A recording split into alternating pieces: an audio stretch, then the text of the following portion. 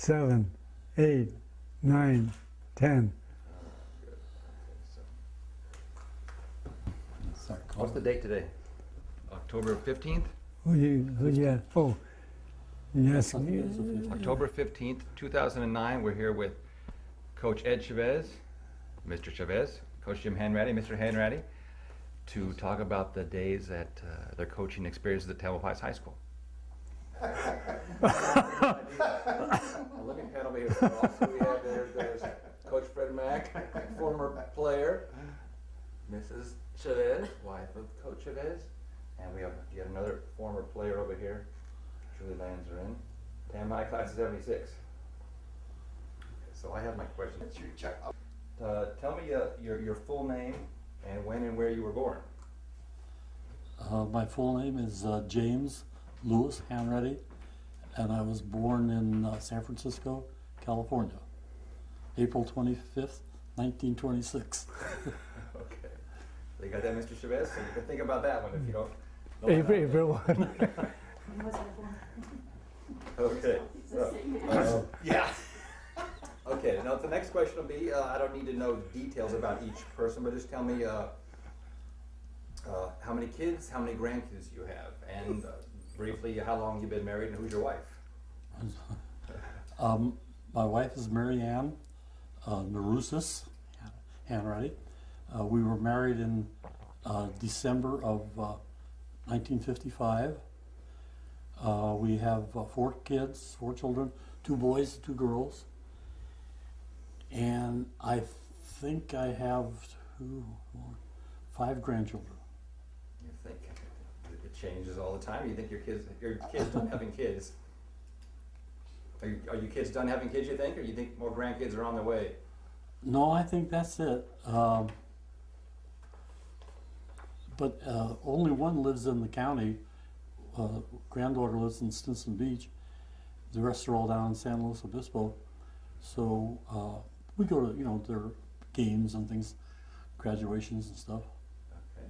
Well, the next few questions I'm going to focus on now about your early days as a player. So this is the player questions. So jumping way back when you were in elementary school, what sports were available to you either on the playground or organized that you started to take an interest at? Well, I attended St. Monica's School in San Francisco. The only organized team was CYO basketball, and St. Monica's was one of the few schools that had its own gym. I think it was new when I was about the 6th or 7th grade, and but we played. Well, there was CYO baseball, but was not as well organized as the basketball program. But we had a team, and then we would have our own organized kids team in football. We'd play at the Hollow in Golden Gate Park. Just go over there on Saturday, and some kids from St. Anne's would show up, or Star of the Sea or someplace, and we'd have a game. No referees, no parents. This is elementary school years, or those are elementary school, junior high school years. Okay, yeah. And by the time you got into high school, what were your interests playing wise? We moved up to Napa after the 8th grade. 1940, I started at Napa, and I remember as a freshman, I was a little guy, but I made the C basketball team. And one of the road trips was to Tamalpais High School, and I remember at the time thinking that it was a private school because the girls all wore uniforms, and it had a name like Tamalpais. It wasn't, San Rafael or Mill Valley or anything. So I mistakenly thought it was a private school, but played in the old gym that year. In the sophomore year, went out for B football and B basketball, and didn't make the baseball team. I thought I was a better baseball player than anything as a 8th grader, and in high school they only had the varsity, and the tryout was to take about 5 swings against the top pitcher on the team. Uh-oh. And I think I fouled off one of the 5, and coach said try again next year, and that was it for baseball. That was it that year, or that was it for your That- baseball that- career? That was it pretty much for baseball career in high school. And then the junior year, we won the championship in B basketball sophomore year. In my junior year, I was supposed to be the big returning veteran, and a new coach came in, and I didn't make the team. I got cut. About 40 guys went out for the team, and when you first posted it, I think I was number 15, and then the next posting, I wasn't one of the 12. And 40 down to 12? yeah, Wow, that's yeah. a lot of hits. And I remember I was really disappointed. So I went to the varsity coach and asked him if I could. They did have a JV team, and I asked him if I could join the JVs, and he said yes.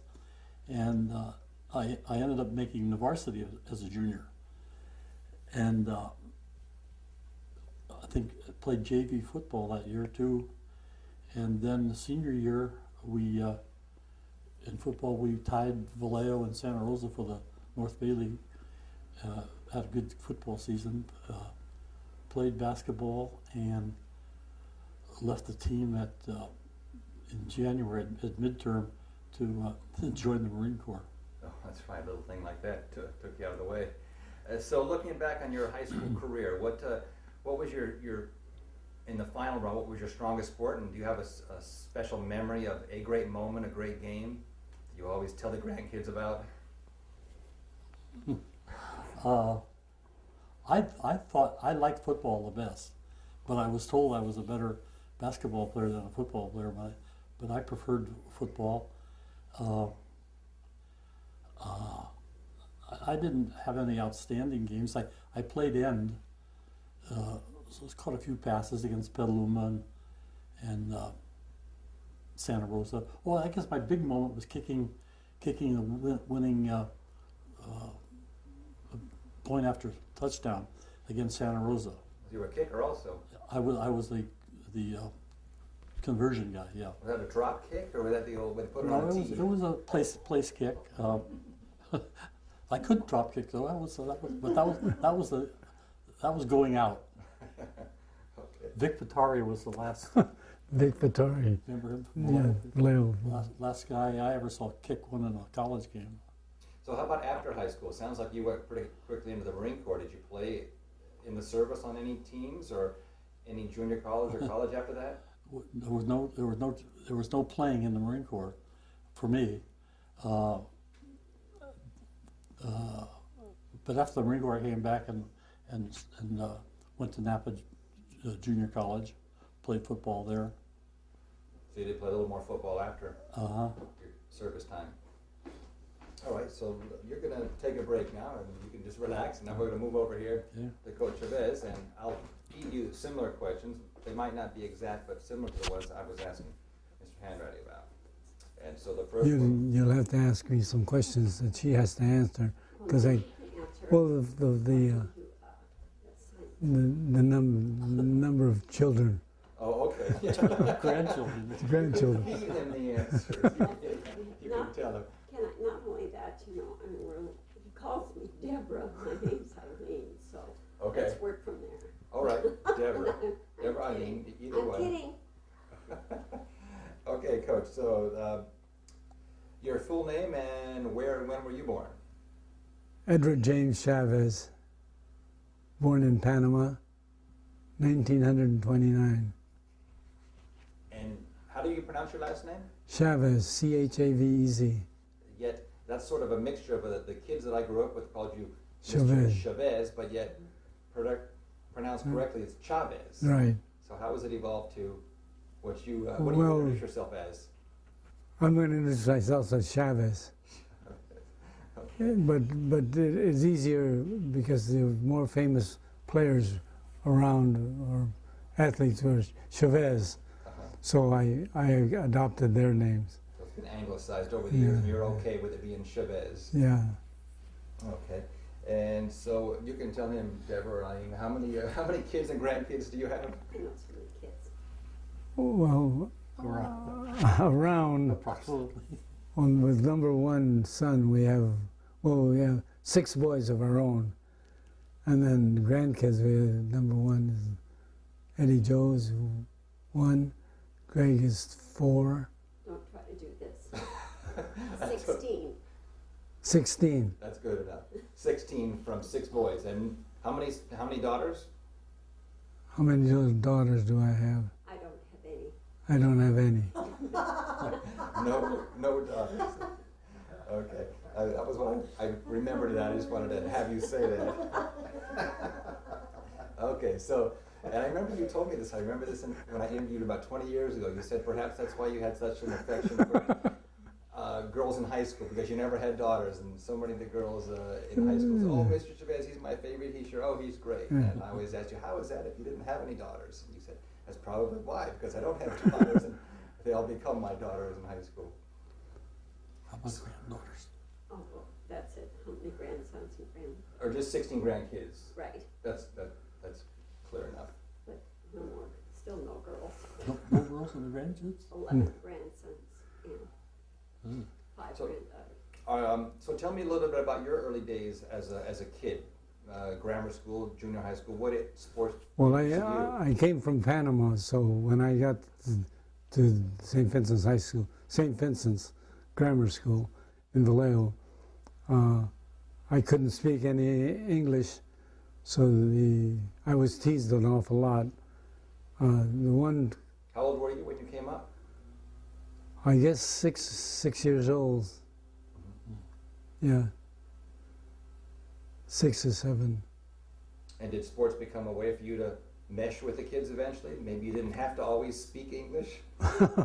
Well, it was a way of living for me in Panama, and so when I got up here, I just picked it up. And what were the sports you had a big passion for or interest when you were? Well, I played all of them, so it was basketball ended up being my favorite sport, probably because of high school. But in grammar school, I played all of them. Okay. And by the time you got into high school, what was your high school and what sports did you play competitively in high school? Well, St. Vincent's High School was the school.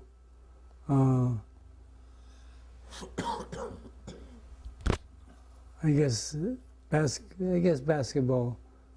You played Were you a baseball player also? Oh yeah, I played 3 sports. I played basketball, football, basketball, and baseball. Mm-hmm. And you said basketball was your strength. How about any Well, interest? Did you enjoy other sports as well, even though maybe you were not that good? No, I enjoyed all of them, but I was pretty good in all of them. And how about moments that you can remember as being a great moment? Did you ever hit the home run in the bottom of the 9th? Did you ever run back a touchdown? What were some of your great moments that you remember as a player? Well, the moment I remember the most is not as a player, but as a not as a player in high school, but one of the moments that I remember was when I made a shot from the free throw line of one half of the court to the other end of the court, and that was Cappy. that Cappy left. no, it wasn't against Cappy. Was that at the end of when the It was out? no, it was when I was in when I was out of school. Oh, This is one of my moments when I was out of school, just playing. That's all. but you remember that as one of the great sporting achievements you've ever done. How about your school? Were they good? Were they one of the powerhouses in the Bay Area, or were you an average team? We were pretty good.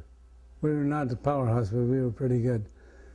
We played in the Catholic League, CAL, Catholic Athletic League. So, yeah, we beat them all. And what were your strengths as a player? Were you a dribbler? Were you a shooter? Were you a defender, a rebounder? What were your strengths? All of these. All of them. I was dribbler, shooter, player. Were you the best on the team, or were you one of many good players? I was the best. And the most humble? I was humble too. This is very hard for him. Hey, Tim, if I could interject, I remember one time I was in the Marines and I came home on a furlough, and the paper had a big write-up about St. Vincent's was going to play Napa that night. And so I got over there and got a seat at the gym, and Ed was, of course, St. Vincent's star, and there was a kid at Napa High, Don Townsend, who was a very good pitcher in baseball and an excellent quarterback in football. And so these two guys, Townsend and Eddie, just squared off and back and forth, back and forth. It was one of those games that neither team should have lost. And I don't remember how it came out, but it was one of the best high school exhibitions of shooting I've ever seen by those two players. So maybe he's not exaggerating his... No, he's not exaggerating. his exploits. We got a witness here. Okay, let me go back to you, Mr. Hanretty. The Marquis Oh. Oakland, they gave you a watch. It was Eddie Chavez Oh. right at the Coliseum. So tell me about that watch. That watch is something special? Well, when I was in high school, they had a night for me in Oakland. The school put on a night for me in Oakland. All the kids chipped in and got me a watch. And on the back of it, it had my name on it. That's all. But it was... Oh, okay. Let me go over to Mr. Hanretty. Then let's talk a little bit about now evolving into a coach and a teacher.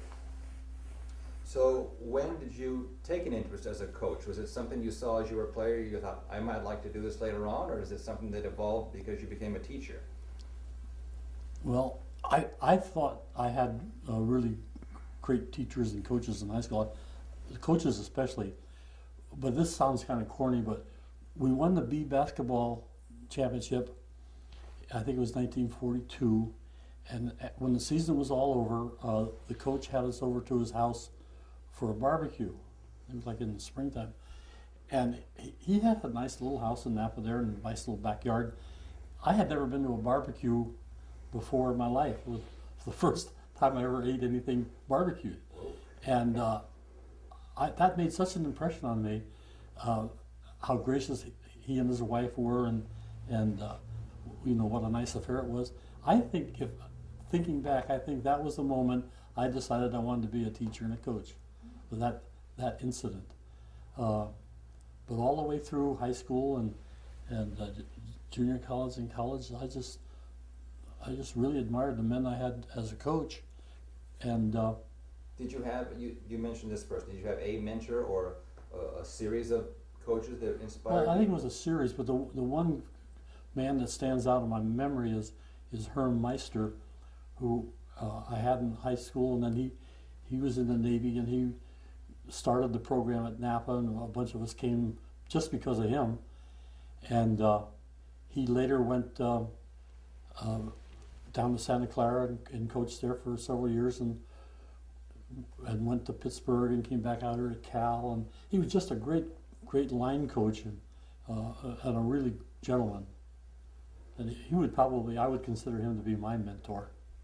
And what was the path of schools that led you up to Tamalpais High School? Well, after I got my teaching credential, the first job I had was down in Visalia. I spent 2 years there, taught English, 6 periods, and coached, assistant coach in football, coached B basketball, and frosh soft baseball, and had 6 periods of English. And I spent all my free time correcting papers, it seemed like, and that's when I decided I had to get out of English if I was going to keep coaching. And but I was there for 2 years, and then I went up to Clovis High in Fresno County for 2 years, and then came to TAM in 1957. Now hold that thought. Let me ask Mr. Chavez some similar questions about the coaching. Do you recall how you evolved into being a coach? Was it through teaching, or was it your passion as a player that you thought you might like to coach? Well, first of all, Clarence Marshall was very influential in my life, and he owned a sporting goods store, and that's where I got all my equipment. You didn't know that, Jim, I know. But I got all my equipment from Clarence, and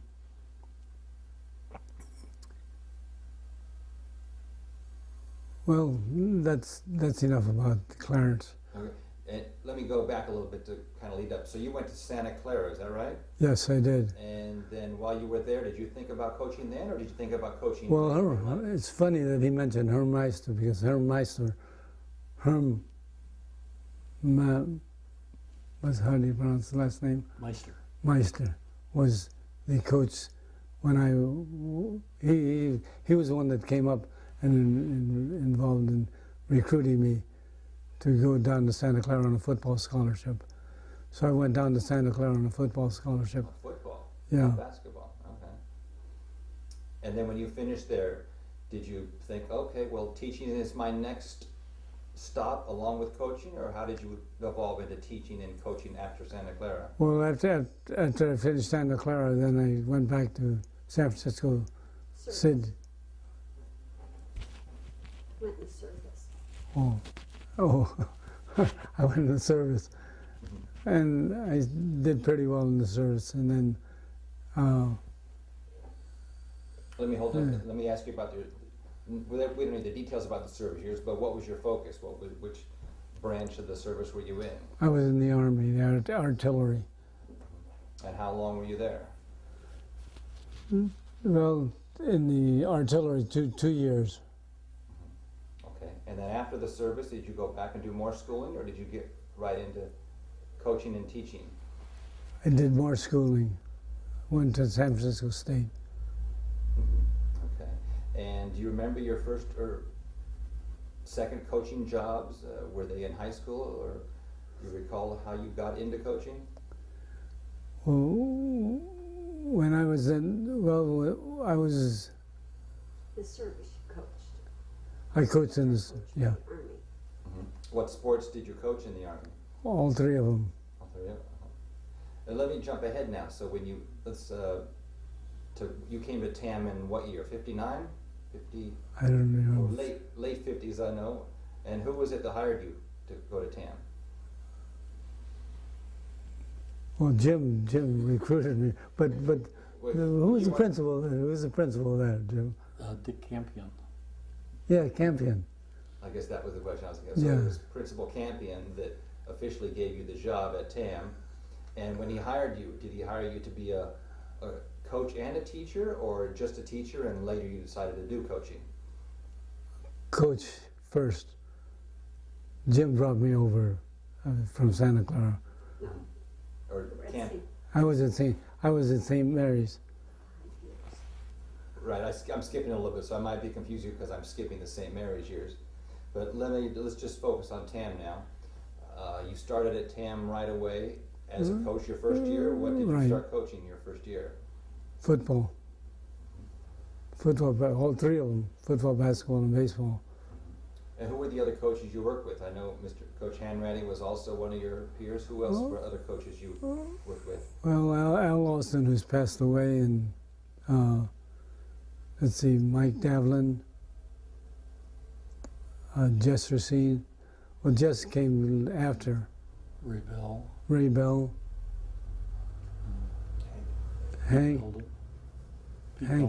Pete. Hank came after.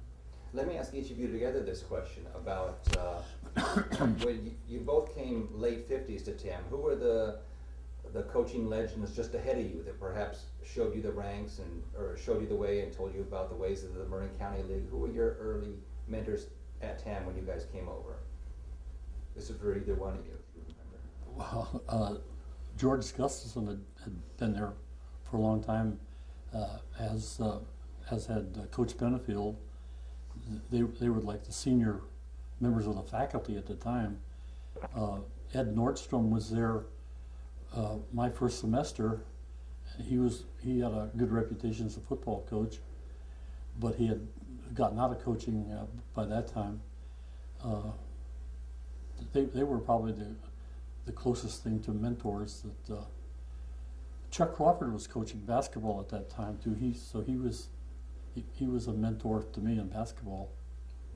Well, you mentioned Benefield and Gustafson. They each are so legendary. They have buildings named after them now. Right. So you were there at a time you call the end of their careers as your careers were just kind of getting started? Well, Benefield's best advice to me was not to remain in PE. I was a history teacher when I started out, and Ed Nordstrom, who the former coach, was in PE, and he resigned in the middle of the year, and the principal asked me if I would go down and take his place in the gym, and I did, and it was helpful as a football coach to be in the gym and, you know, see more boys, do some recruiting, that type of thing.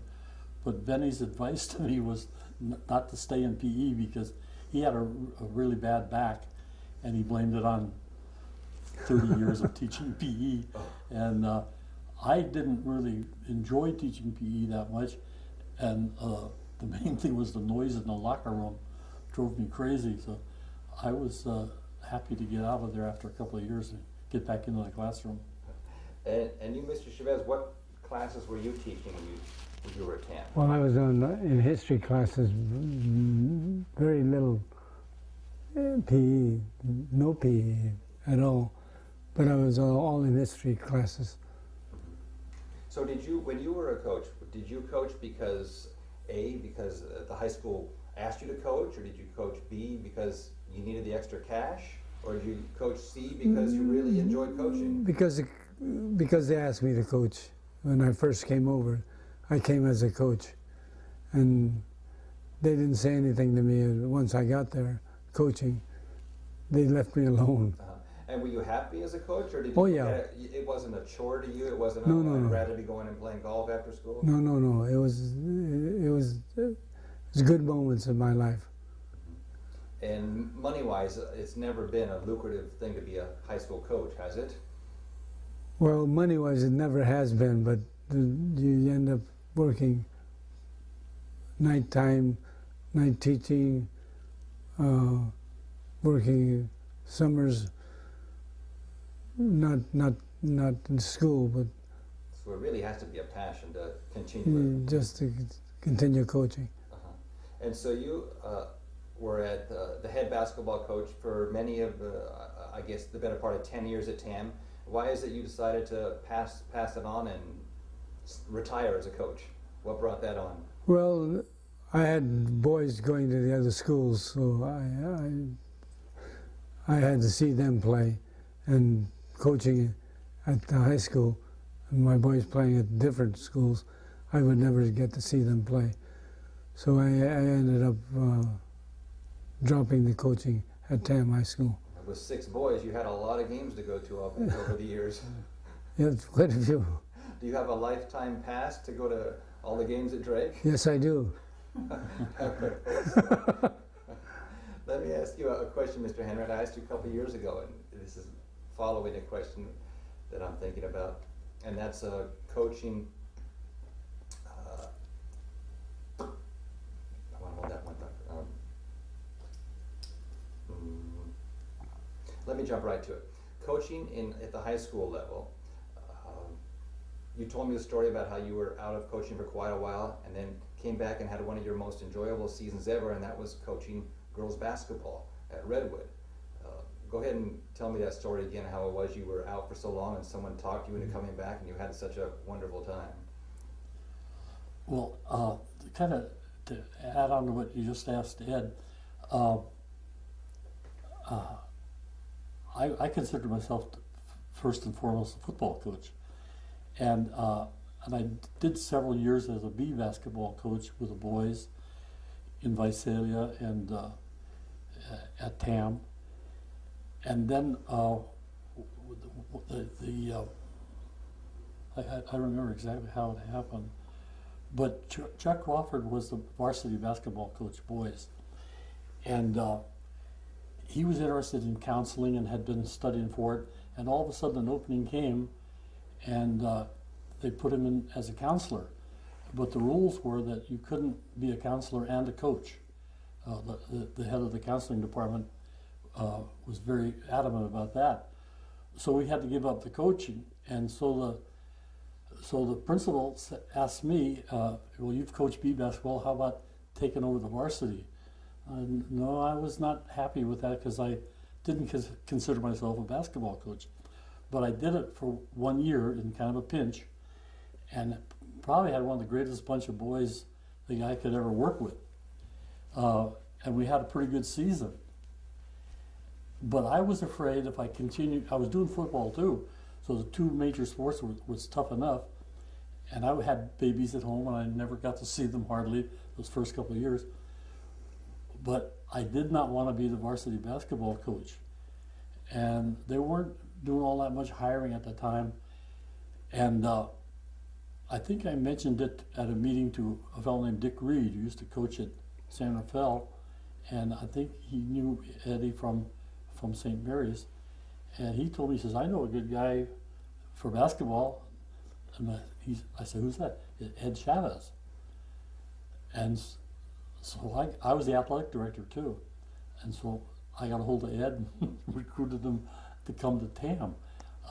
Did you know mainly because I was afraid we were going to have another good team, and I'd have to go to the TOC, and I wouldn't know what to do against all those top flight coaches. I was scared to death. So that's how he came to TAM. Success. What was the other question? Maybe this. And did you know him either as a friend, or had you heard of him because he was a Well, up and coming legend?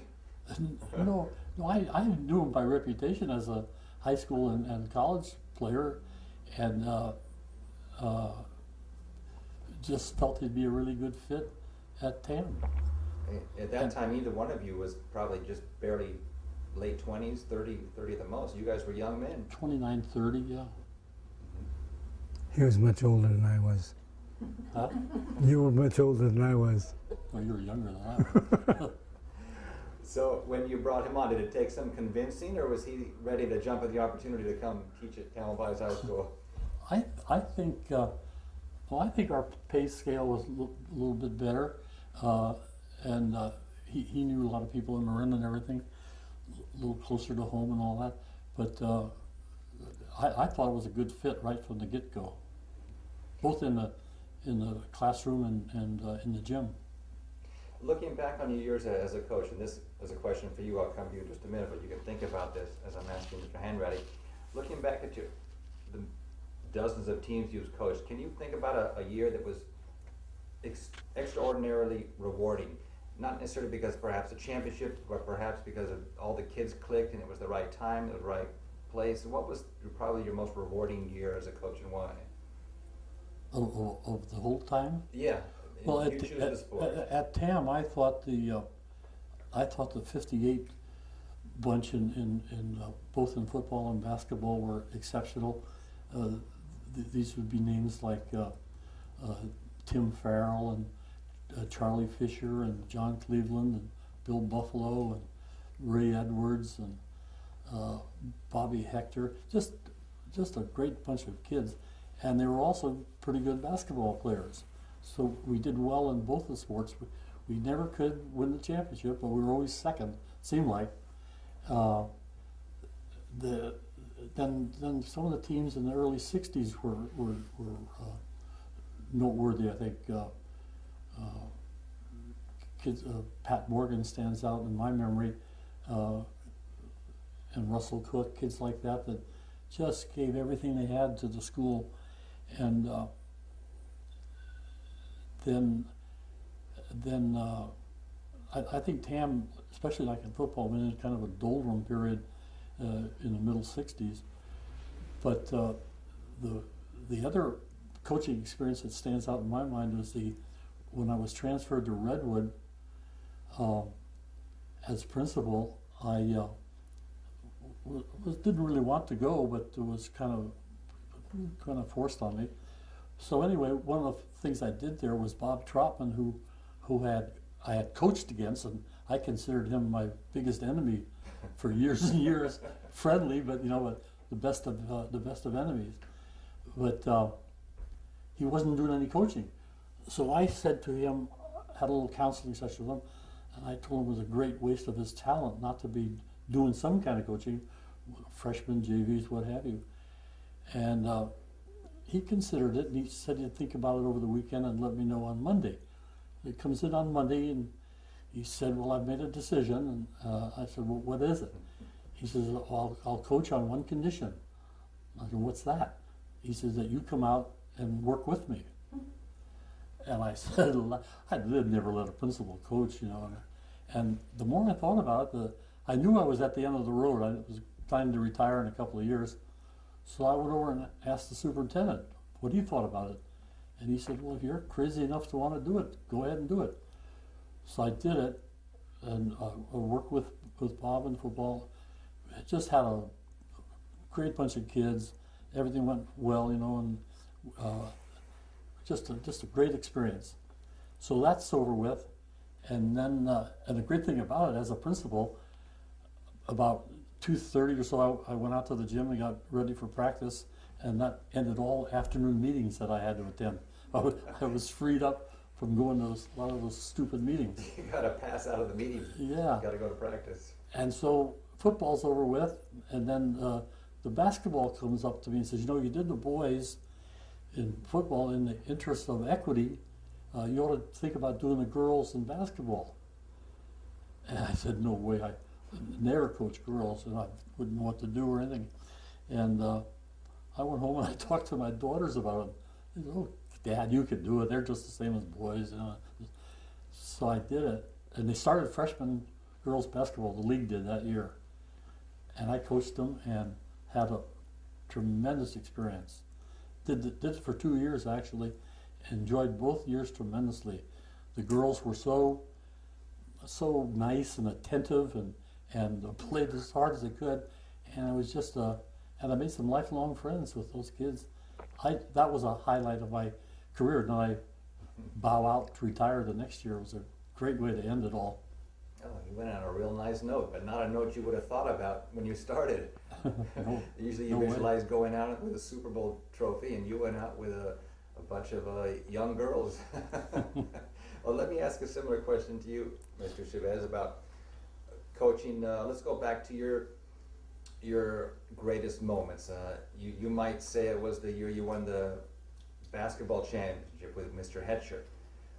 But tell me, what were your biggest memories as a coach? What are your greatest victories?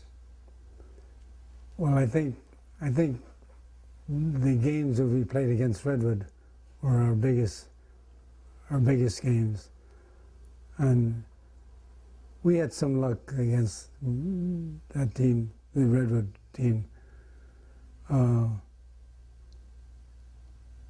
This was in the late 50s, early 60s? Late 50s and 60s. So even back then, they were always the bitter rival. More than the other schools. I can recall Bill Gillingham running from San Rafael to Tam High School because I didn't let him play because he didn't show up on time, so I didn't let him play. So he ran all the way from San Rafael to Tam High School.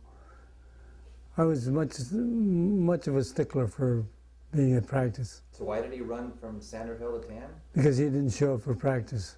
And that was his punishment? That was his punishment. I'll bet he didn't do that again, huh? Well, he didn't miss a practice. After that. TOC. What happened to TOC? Did you go? Oh, yeah. Oh, the TOC basketball tournament. How did you guys do in that? Oh, we did. When we went over there, it was unfair because they were much better than we were. The teams we brought over there were not equal to them. They just were a lot better than we were.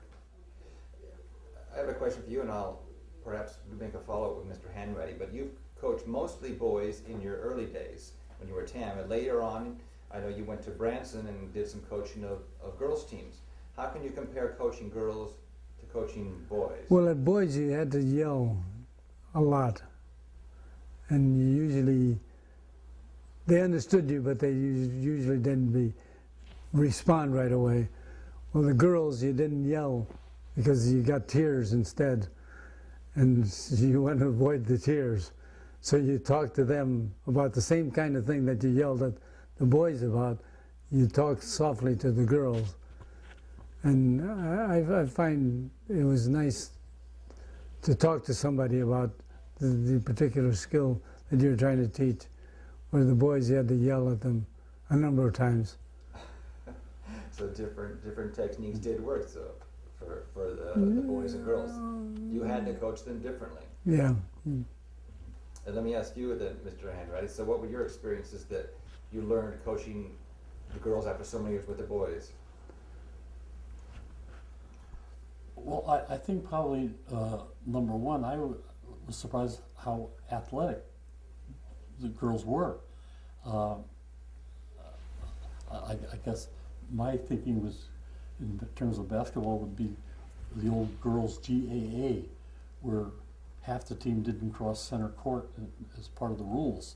You know, it was a very slow, kind of dull game. What's that GAA? Girls Athletic Association. Oh. Before they even had girls sports teams, they did have the GAA, and they would compete in basketball and badminton and archery and stuff like that.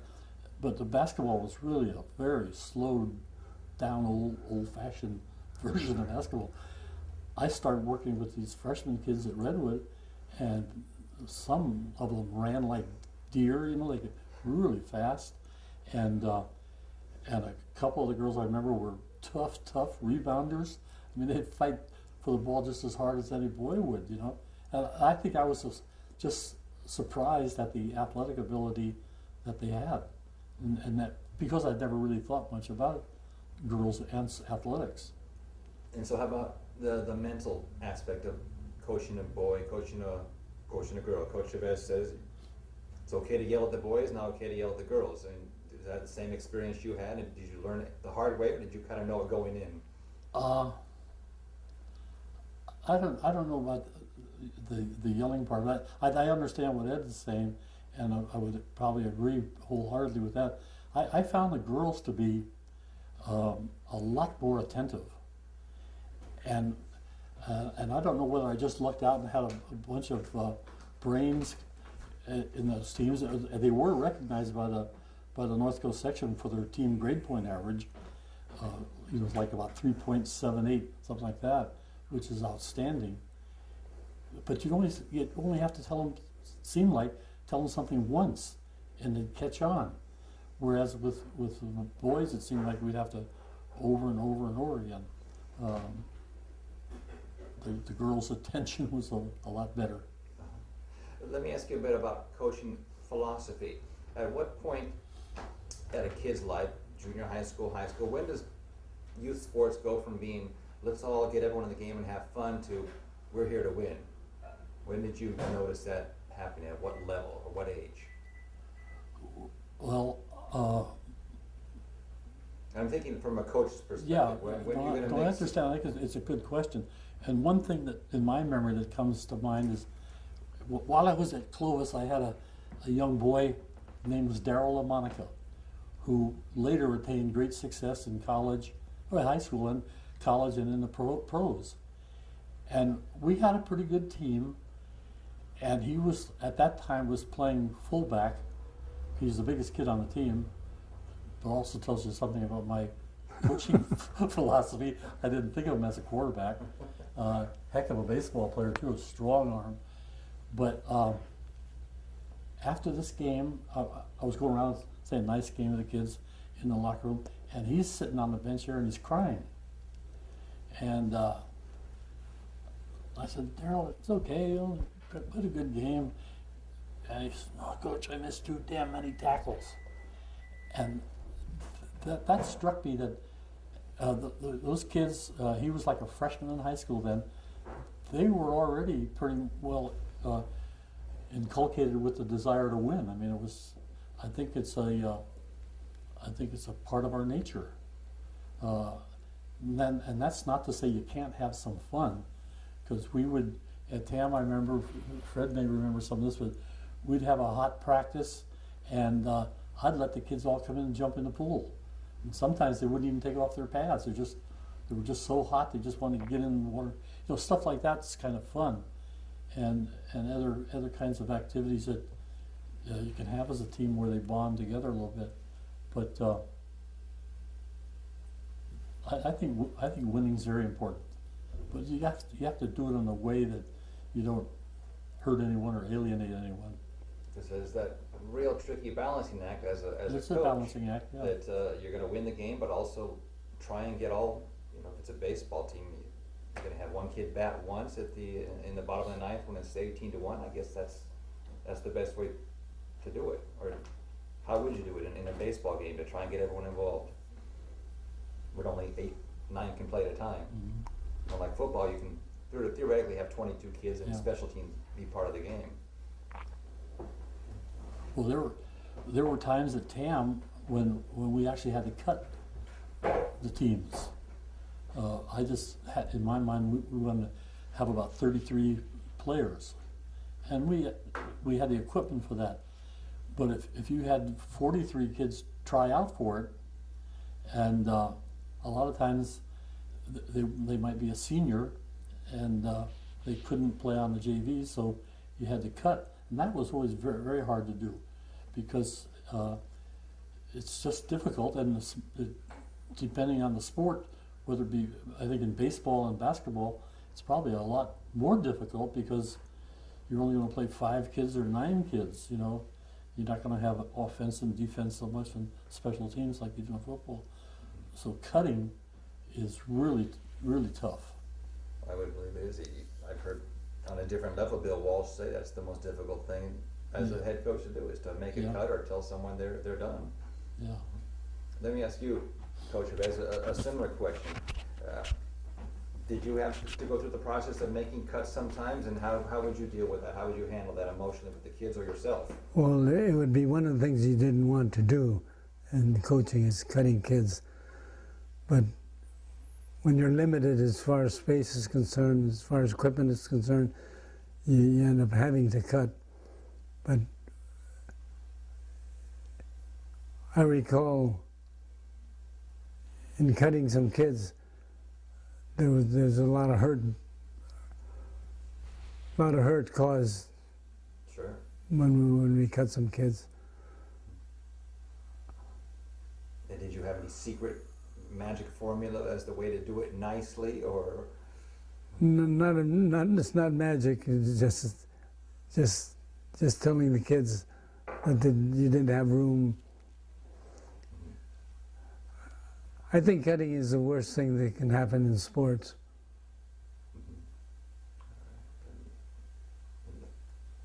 Double check my notes here. We're closing in on the end. We're getting close. Oh, how about this? Let me start off with you, Mr. Chavez, on this. What makes a good coach? Is it knowledge of the game? Is it passion? Is it communication? Or what other ingredients that makes a great coach? I think passion and communication makes knowledge. There's just too much information that's given out now, as far as the technical part of the coaching, that the kid can't grasp it all. But if you take the kid and just work with him, take your time, not press the issue, press the cutting issue, I think most kids will respond to you. And I guess I also mentioned what also makes a good coach perhaps are good players. Well, you're the best coach ever if you got these players. Well, let me ask you the similar question, Mr. Hanretty. What is it that makes a good coach? Well, Are those ingredients I mentioned or others? well, I think everything you mentioned is true. In looking back and sort of, criticizing myself, what I did, some of the mistakes I made, I think a big one was in the area of, say, communications with your fellow coaches. Like if you're the head football coach, you have a line coach, maybe, and a backfield coach, and maybe a defensive coach. Now they have coordinators and all that. But the ability to communicate with those coaches that are working with you, and not to hurt anyone's feelings or not to alienate anyone, it's really a difficult chore because your time is so limited. It's not like were just there at school being coaches were also teachers or whatever, and this is, I'm thinking, in the days when all the coaches had to be teachers. Sometimes we would have men out there helping who really didn't understand the sport. They liked it, but so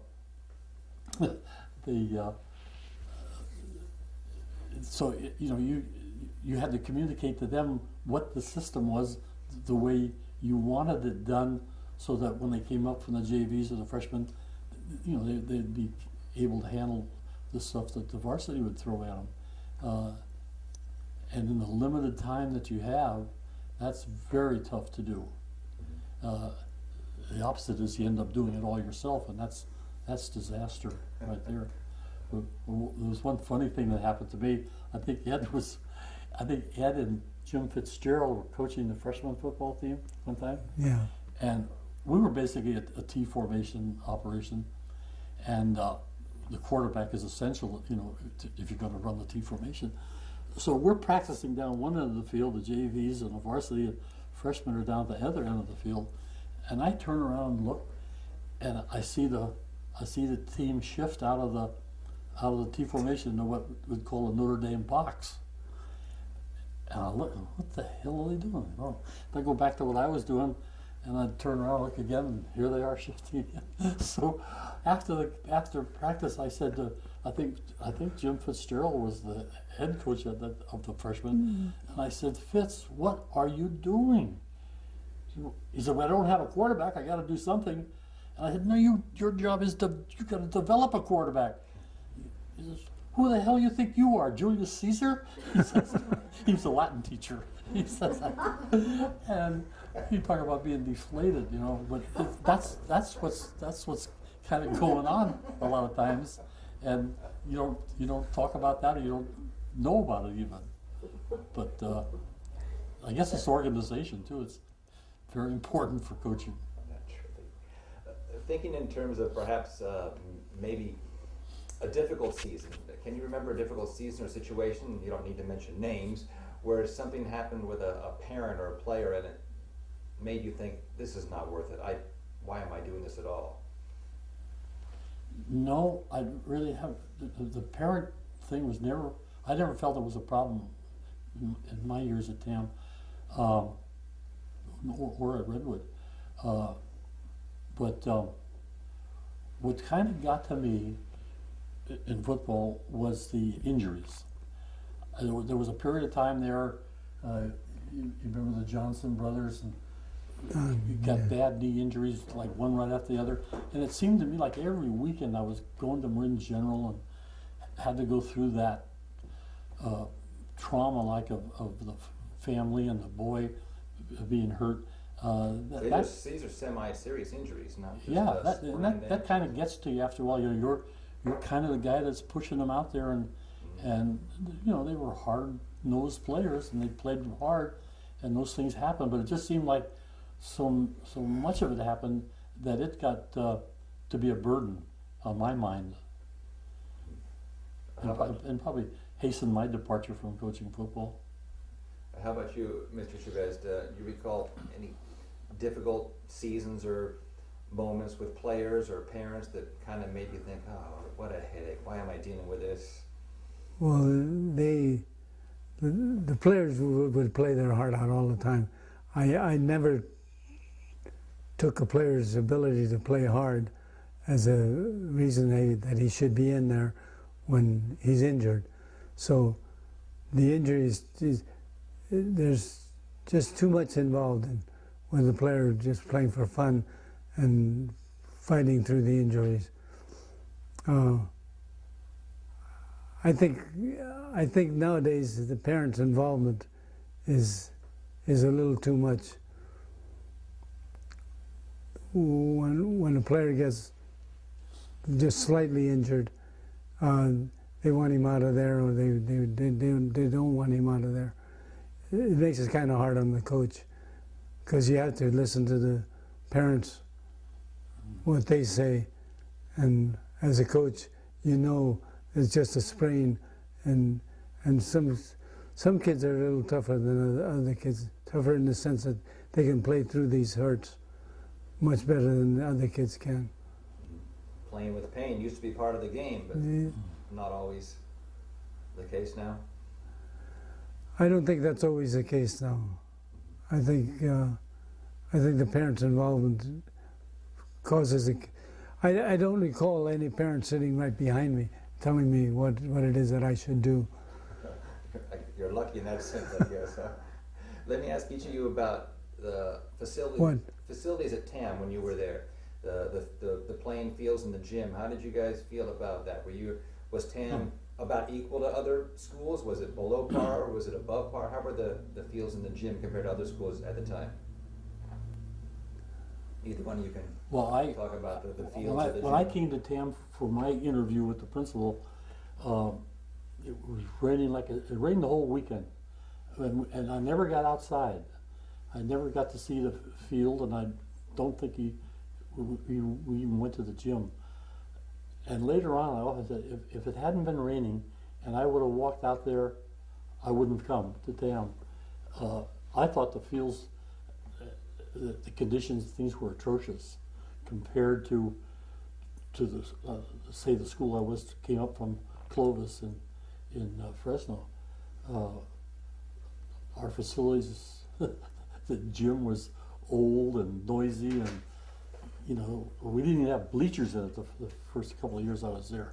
We had to put out folding chairs for the people. And then you go over to play Redwood or Drake, and they have this nice gym. And so I thought the facilities at TAM left a lot to be desired.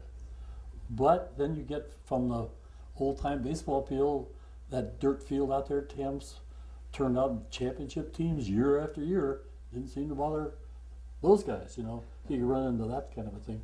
But I think the upgrading that they've done at TAM over the years has been certainly good and deserved. You came right about the time they added the girls' gym, referred to as Ruby Scott. Is that right? Right. Did that happen during your time or? No, that was completed the first year I was there, but again, it was built on the cheap, and by that I mean that gym had no bleachers or anything, so it was strictly like for PE classes. And that year that I coached varsity basketball, we had a heavy rainy season, and the TAM gym at that time had skylights, and they leaked like a son of a gun. And I put in work order after work order to get them fixed. And Conrad Hetcher's father was the head of maintenance, and tried to tell him how dangerous that was. They wouldn't do anything. They didn't have any money. And the day we were to play Napa, and my coach in high school was still coaching, it was his last year, and we had gone up there, played them early, and they beat us like 57-50 or something like that at Napa. So now they're coming to TAM. It's raining so bad we have to cancel the game. The floor is all wet and flooded. And Napa phone people said, the reception says, well, they've already left. The bus has left. Then I remember we called the highway patrol to try to stop them on the way. Don't come because we can't use the gym. Well, they got through. Nobody caught them. And so in an emergency, we moved it. And it's the only time I think we've ever played a boys varsity game in the girls' gym in Ruby Scott. And we had a chalkboard for the score. We had folding chairs around and on the stage. And I'll be damned if we don't beat them 51-50. I mean, Bill Buffalo and those guys. And I was so happy. I mean, I love that guy that was coaching Napa, but I was so proud that we beat him. That it was a great way to have the only game in Ruby Scott. But those are really pretty terrible conditions. Never heard that story. But we survived. The girls' team that you coached. Slipped his mind today. Yes. I don't remember. You don't remember this team? Well, I remember a lot of teams that the girls' team. Huh? That wasn't your team. No, well, we coached together. Yeah. I wasn't playing, but we had some pretty fun times. That was your first girls' team. And then with the parent thing, you said how you deal with the kids. that story I remember all the time is, what's her name? The one with the small feet. Wendy. Okay. Wendy Von You Freeze. remember somebody with the small feet, but you don't remember 22, 0 and 22. Okay. All right. Anyway, jeez. Anyway, she had this. Gee, that must have impressed you. Thanks. Call me Deborah. Anyway, the small feet, and you were playing this really important game, and we had a chance to win the championship, and she was just ready to go in. But there's one girl that hadn't played all year. Well, that's the girl from, his father was from Los Angeles. From Los Angeles. Oh, yeah, well, that's something Well, else. that's it. And he came up, the only time he ever came to the game, you had a chance to win the championship. Wendy said, Coach, we can win this, we'll win the championship. And you said, but her father has never seen her play. And you put That- that girl in. You lost. Uh-oh. Is that story coming back to you now? Well, it's a story I made up. Yeah. No, this one girl that never, she was on it was at Redwood High School, and she never played very much, and she wasn't very good, but her father came to see her play for the first time, and it was a difficult moment to make because the game was close, and this girl had already told me that her father had come up to see her play. He's from Los Angeles, and he never saw her play. So I took Wendy out and I put this girl in, and Wendy was one of my better players. But this girl, I'm trying to remember her name, I can't remember her name, but I put her in because her father was there. And the outcome of the game was not that important to me. I think we ended up wanting to win, but I think it was a mistake on crucial mistake on my part, as the girls told me later on. Wendy Von Freeze didn't yeah. speak to you for 10 years. Well, She did have small feet. No, Wendy was mad at him for man, years. she was very angry with me. That's because I substituted her because she was playing all the time, and I played this girl who wasn't very good because her father hadn't seen her play. Well, did she practice hard at least? Was she a good kid? Oh, she's a good kid. It wasn't like you gave a slacker a chance to. No. Because her dad was there. She was a good kid. She was a good kid, but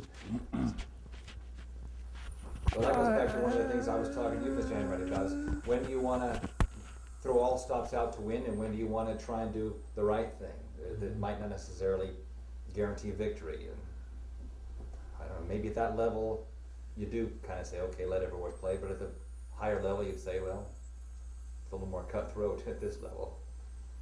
Now, what level was that? Was that a varsity High school. game? My high school was a freshman. Varsity high school game. It was at Redwood High School. It was a close game.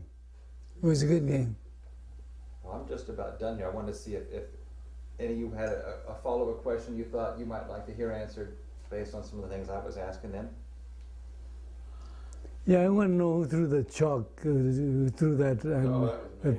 You know what he did, Tim? As a player or This goes back to the girls' basketball. It was his first year coaching girls, and it was my first year coaching girls. And a lot of what we experienced, what you experienced about the attitudes and the hardness. Well, anyway, the first year he goes 0-23 with the girls, and I go 1-22.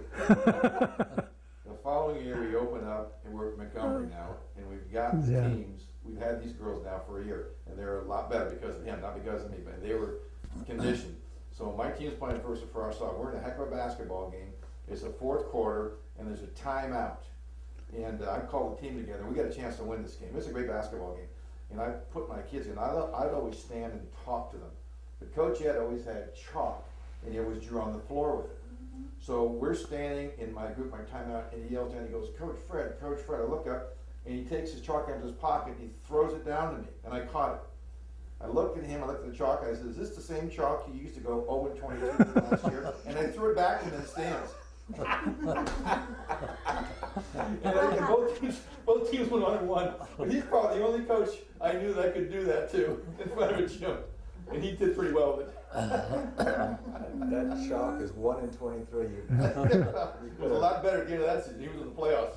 You should have put that in a trophy case and given it to Coach Mack as a gift later. Congratulations. So you're gonna remember Anything, that Julie, one. you wanted to add? Yeah. Alrighty. Oh, I saw you had some very. I'm jumping all over the place. And You know, another comment about this guy too, is that we started the first year, both the teams needed a lot of work and they got it. But the second year, his team was in the playoffs for the first time in a long time. And so he decided to take my young girls, my sophomores, to the game and dress them up. So a lot of times he used the wrong words and the wrong terms. He'd say things to girls and they'd look at me because they didn't understand what he was saying. And he, you know, it was a different vocabulary. But he tells my girls, my sophomores, okay, we're going to dress you so you can smell the gym. Well, he's referring to being in a playoff atmosphere, and the girls look at him and me and themselves going, we need to smell the redwood gym.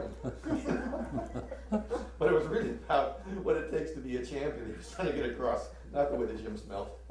He had a lot of that when I was coaching with him. Using the old terms from St. Mary's from 1939, I guess.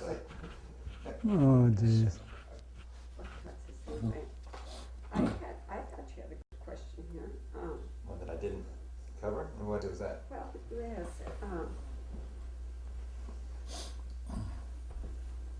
I thought, private schools versus public high schools, I thought that was a good question. Oh, okay, well, let me ask you each about, you want to? Or, will there always be unfairness in the level of playing, the balancing of talent? I thought you could probably get into recruiting that private schools do and stuff like that. That was part of what my original question was. Why'd you cover your face stuff? Is that a sore subject in the house? I don't know. I just thought it was. Well, here's the question, and perhaps you might be a little more tuned in since your kids and your grandkids are going through it now, and I'm sure they were recruited by other schools. I mean, how do you, this is kind of a big umbrella question in terms of playing for private schools and high school recruiting. How did that go on when you guys were coaches? How did you deal with private schools coming after your kids, and how did you feel about it? Well, I don't recall any experiences, excuse me, of outside a private school trying to recruit any kids from TAM. Like I know like in football, we generally handled Marin Catholic. There were only a couple of times that they beat us. So I don't think there was ever a question of talent. There's Marin Catholic's success in later years, due probably to the people that they had their coaching who took it a lot more serious than their predecessor, has a lot to do with it. And kids, I think, follow success. I mean, especially those kids that might be going to a Catholic school, grammar school, elementary school, and when it's time for high school, if their Catholic high school is fielding strong teams, there's probably it's a pretty easy recruit to go there, as opposed to their neighborhood public high school. That's kind of, I think, almost natural. If it's aided and abetted by parents talking to them on the side, or parents and talking to other parents at cocktail parties and stuff like that, that's where it probably gets a little nasty and very difficult to prove and do anything about. I'm talking now with my commissioner's hat on a little bit, probably, but right. Let me ask you that. yeah, it's Ed sort of alluded to his kids playing basketball. I always thought he was crazy that he didn't get Eddie Joe to come to TAM, because it would have been easy in the sense that any faculty person who lives out of the TAM area, commuting to school could easily get a permit, very legal, to have their kid come and be at the same school. And if you had a son or a daughter that was an outstanding athlete, it would be, pretty easy to do. Now, whether the difficulty of the father-son thing is another matter. Some fathers coach their sons no problem. And you all know cases where fathers make terrible coaches to their sons. It's it's just a family kind of a thing. But that recruiting issue in the county is I don't know what the answer is. Let me put an idea out there, and this kind of evolves from my memories of back when I was playing for you, and Al-Andrus was not so much recruiting players, but perhaps encouraging, or what would be the word for kids being invited to go to Redwood? Influencing. Right. And I could tell you countless stories of situations like that, and it seems like it always filters down to the bottom line is, and is somebody content to lie about something? And usually it's the parent, and if they're willing to tell a lie to have their kid go to one school or another school, that's you can't stop it. There's nothing you can do. no, But I have had evidence of a coach trying to influence, brought to me by somebody in my own family who overheard a conversation. And when I relayed that to the other school's principal, they said they would look into it. And I waited a week and I asked them what they found out. Oh, I gave that to somebody else to investigate. And then you talk to that somebody else who investigated. Oh, we found nothing wrong. So it's it's a half-hearted effort to unearth something that kills things like that. let me jump ahead to current times, and you might be privy to this, that you were involved for a number of years with Branson. The way Branson is now, I'm thinking, let's just focus on the basketball programs. They're almost unbeatable, and they seem to perpetuate just the more they win, the more kids go up there. But yet it's a private school. You as the Marin County Commissioner, are you okay with the fact that they just keep getting, the rich get richer, and then the public schools can't keep up with them? Or is it a cycle that eventually will outgrow itself? And how do you look at, okay, Branson just keeps getting the kids? As a coach, Tam and Drake lose their guy, the kids that grow up through the programs. well, as Jim said earlier, that it's almost an insurmountable problem, and you don't have an answer for it. My thoughts on it was I wiped myself clean of that years ago. Whoever I got, and that was it. That was the end of it. But not to wait for somebody to say, "Hey, I got this kid who is really good. Do you want him?" I didn't want to have anything to do with that. And it's just an unsurmountable problem. You can't tell the parents. You can't tell the parents anything. You can't tell the kids anything. And his point was that the kids usually go with what team is considered the best. That's who the kids will go with. In your era or since, has Tam ever been considered the powerhouse where the kids want to go in any sport? Well, truthfully, in the Branson situation, I was commissioner the year that they were admitted. And What year was that? Oh, I think it was like 1998, 99 in that time, and at the same time, Justin Sienna was making bids to come in. Them also, that's right. As a commissioner, I figured Branson. I mean, they're probably going to be strong in girls tennis, and I didn't think I didn't really think that they were going to be any kind of a concern. And then that first year in basketball, I was astounded. I mean, I thought it was amazing that a small school like that has that kind of players. Now they must have known that they had a pretty good bunch of kids to make their bid to come in at that time, but none of the rest of us did. And so then I thought it's a one-year flash. they're going to, you know, have that good team. Now they'll be doormats, and they never have. Now a lot of it has to do. I don't know, like where these kids come from.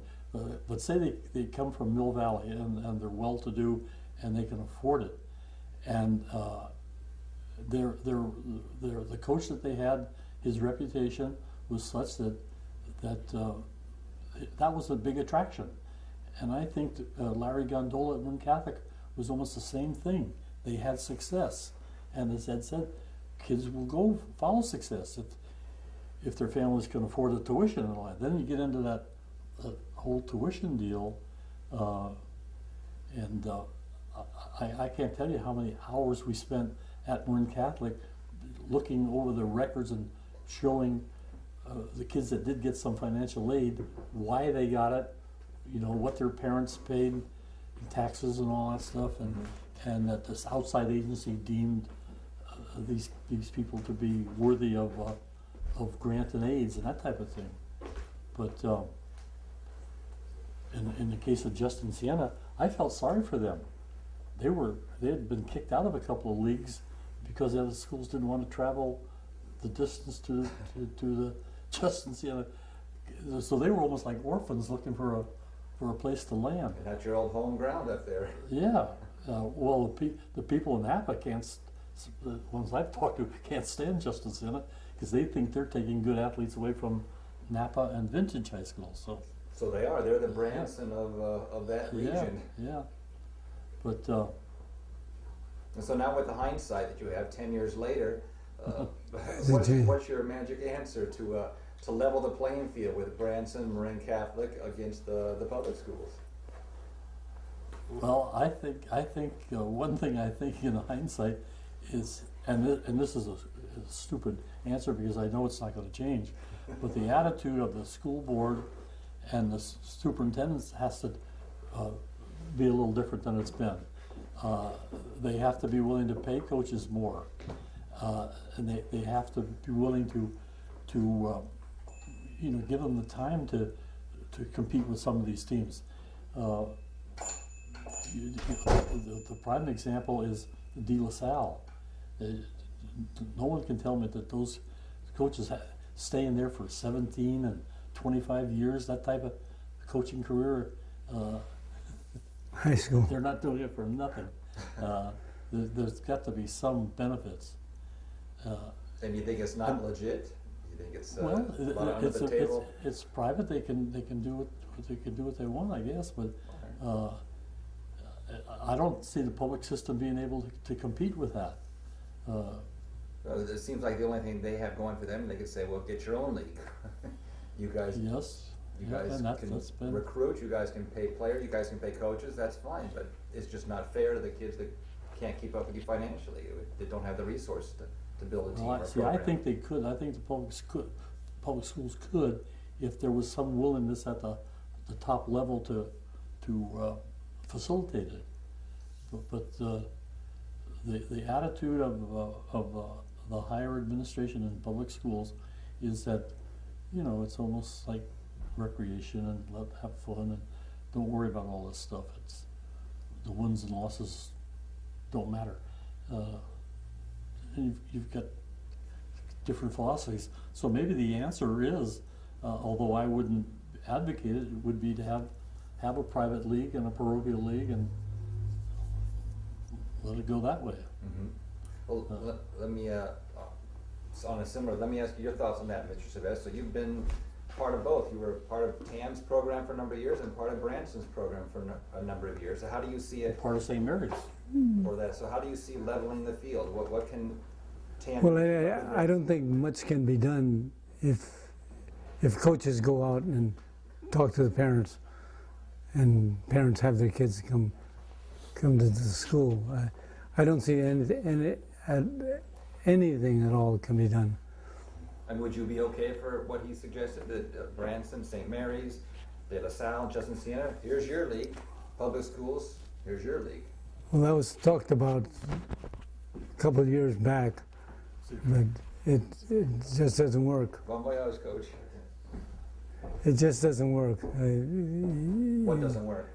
Bad idea. Letting the schools make the decision. I use the word unsurmountable because every year we come, there's always one or two kids that are really good that you just can't get them, you can't get the parents to do the right thing. It's the parents, not the kids. The kids will follow the parents, but the parents make the decision. Well, let me ask you, speaking of that, you're a parent of some very talented boys. I mean, what was your experience as a dad when your kids were at Drake? Were you always going to go to Drake because it was the local school, or were you tempted to send your kids to some of the Hot Shot Bub basketball program? If they were running around a bunch of good kids, I would send them where the good kids are. I wouldn't worry about their basketball playing ability or their athletic ability. Wherever they met some good kids and they were running around with good kids, then that was my concern all the time. And what schools, I know, did all your kids go to Drake, or did they? No, some went to, two of them went to Redwood, the last two. Mm-hmm. And why was that? Was it, they were better kids? You said good kids, or was it, how did that work? They were just a bunch of good kids that they ran around with. They could have gone to Drake High School, the last two, but they would not have run around with the same kids. Well, there was a point in time too where the TAM district gave freshmen one year to have a choice. So a kid living in Mill Valley could choose to go to Redwood or could choose to go to Drake, and it could be for the basketball program, or it could be for they got a good English teacher at Drake. You know. Well, you know that's the way it is now. Yeah, but that wasn't always the condition. Right. No, it's more of a newer thing. To get a what they used to call an intra-district agreement for a Mill Valley kid to come to Redwood, they put them through some pretty tough hoops. Well, that's the way it was when I was at TAM. We lost some real talented baseball players, and the parents said, okay, well, we're moving. So a parent would physically move. But to that the point, family or half the family. We had a classic case one time. I wish Fred hadn't left. But my son came home. He was a summer job. He was working, and he says, "Hey, Dad, is there a pitcher at TAM named Madroni or Ferroni or something like that?" Ferroni. It was my era, yeah. Yeah, and I said, "I don't know. I didn't know." And so I called up Fred. I said, "You have a kid named Madroni or Ferroni or Baroni, something like that?" He said, "Yeah, Frank Ferroni's the best left-hander we ever had." I said, "Well, my son works with him at Bullard's there in Sausalito. It was a summer job."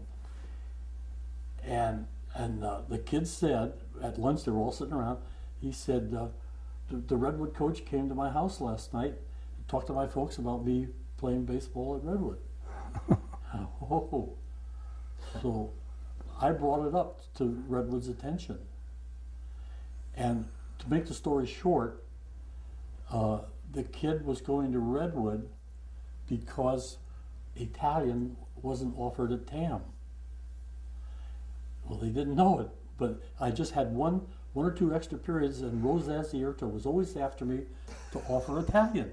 And so we stuck Italian in. Now, this is long before this baseball thing came on. And so now he's going to Redwood for Italian. I said, no, that won't work because we're offering Italian. It's going to be taught second and third period. Well, Jesus, you're just seeing the look on their faces. That happened. So you know what happened next? We get letters from this doctor. And for psychological reasons, Frank should go to Redwood because his brother, who's kind of a troublemaker, is still at TAM, and they want to separate him. And that meant the approval of everybody. You could always So, make up a reason. you know, Sure. they do stuff like that. It's what Ed said. It's insurmountable. Mm-hmm. Yeah, But that was a classic. That was a classic one. That one. I recall that well. I was right in the middle of that fire when that happened. It's happening.